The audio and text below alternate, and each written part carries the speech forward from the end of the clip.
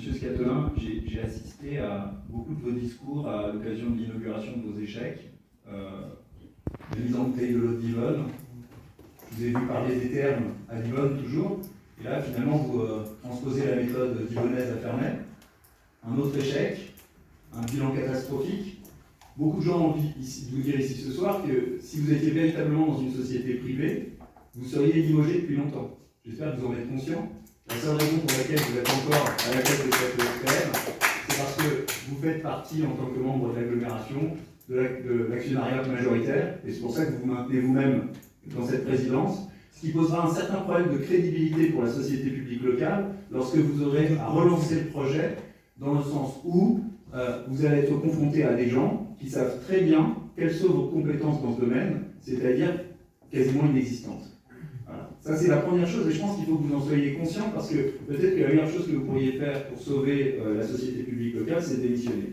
La deuxième chose, c'est que vous vous comportez, du point de vue de la méthode, comme un autocrate. Vous organisez de vraies fausses réunions publiques pour inaugurer des projets à laquelle sont conviés des citoyens triés sur le volet ou des élus locaux qui vous soutiennent. Vous faites venir la presse. Quand, par hasard, j'arrive à être informé d'une de ces réunions, comme le 26 octobre sur le réseau de chaleur, vous expliquez à la presse qu'elle n'aurait pas le droit de venir me parler. Pour qui vous prenez-vous? J'ai envie de vous dire, quand vous êtes à Ferney-Voltaire, vous êtes ici chez les Fernésiens, et vous êtes l'invité des Fernésiens. Et d'ailleurs, en tant que président de la SPL, vous êtes au service des Fernésiens. Et c'est peut-être quelque chose que vous oubliez trop souvent. Voilà. Donc, la dernière chose, et elle est un petit peu longue, excusez-moi, mais c'est vous avez oublié de mentionner que l'ASAC était quand même inscrite dans une chronologie qui était censée éviter aux Fernésiens de vivre des catastrophes trop importantes. Cette chronologie était la suivante. D'abord, on construisait un centre commercial géant avec des conséquences catastrophiques pour l'environnement de la commune.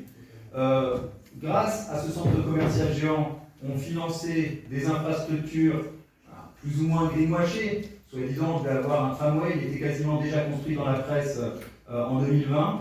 Soi-disant, on devait avoir un réseau de chaleur, il manque maintenant un quart du financement pour en venir à bout. Soi-disant, on devait avoir des écoles et des gymnases avant même que la population ne s'y installe. En réalité, on ne les aura pas à temps. Et de tout ça, vous êtes comptable en réalité, monsieur Scatolin.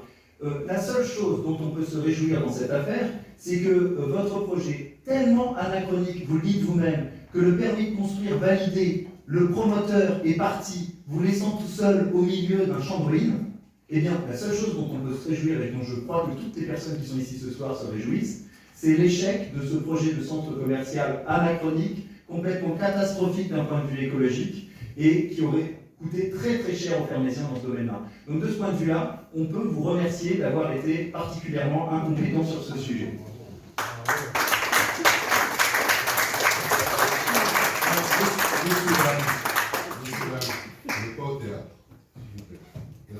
Question, monsieur Scatolin. Non, attendez. Monsieur Pester, vous avez eu la parole? Non, mais j'ai une question quand même. Non, il y a un programme d'équipement public qui vient juste de derrière. Une question? Non, excusez-moi, il y a un propos liminaire.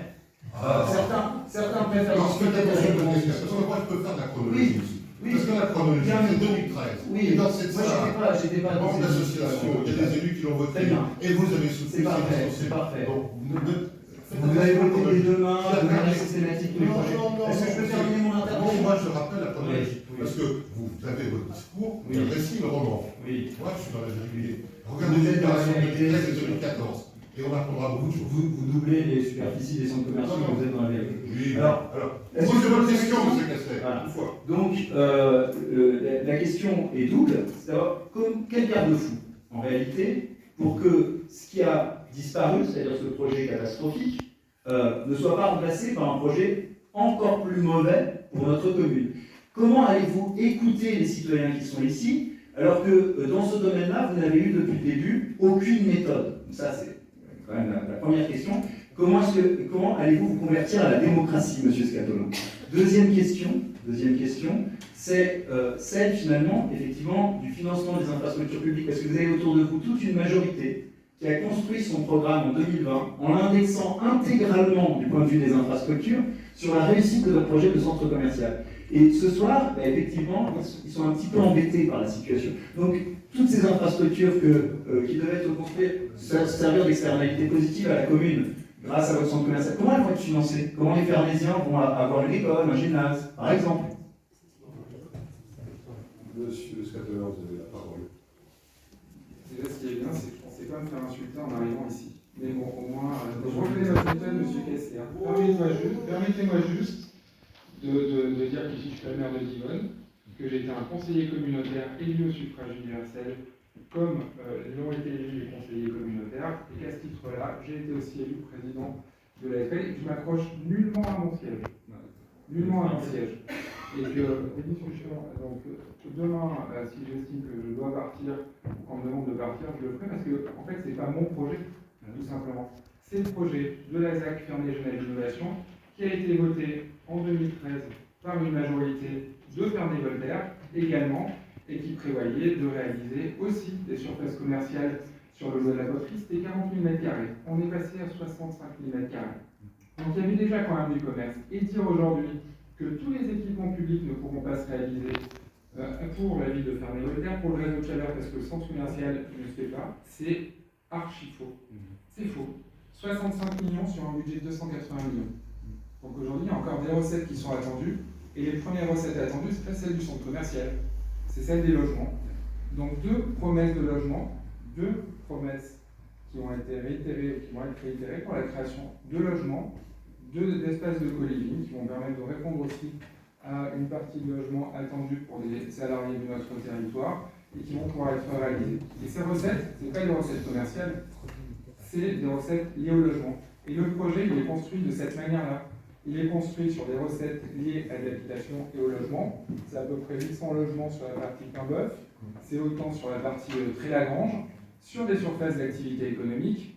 Je vais dire, même le premier permis qui a démarré en phase chantier, c'est un projet économique qui est situé le long de la route de Coloré et qui est en train d'être réalisé.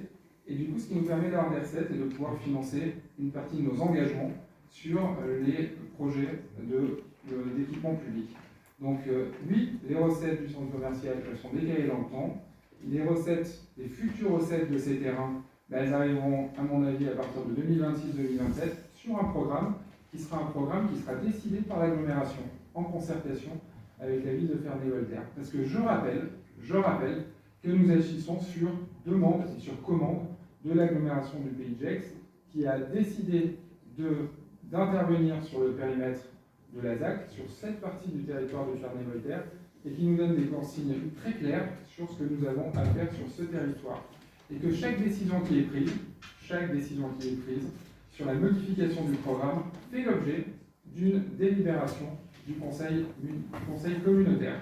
Donc si vous considérez que les élus du conseil communautaire ne sont pas des élus démocratiques, élus par des citoyens, je ne sais pas ce qu'est la démocratie.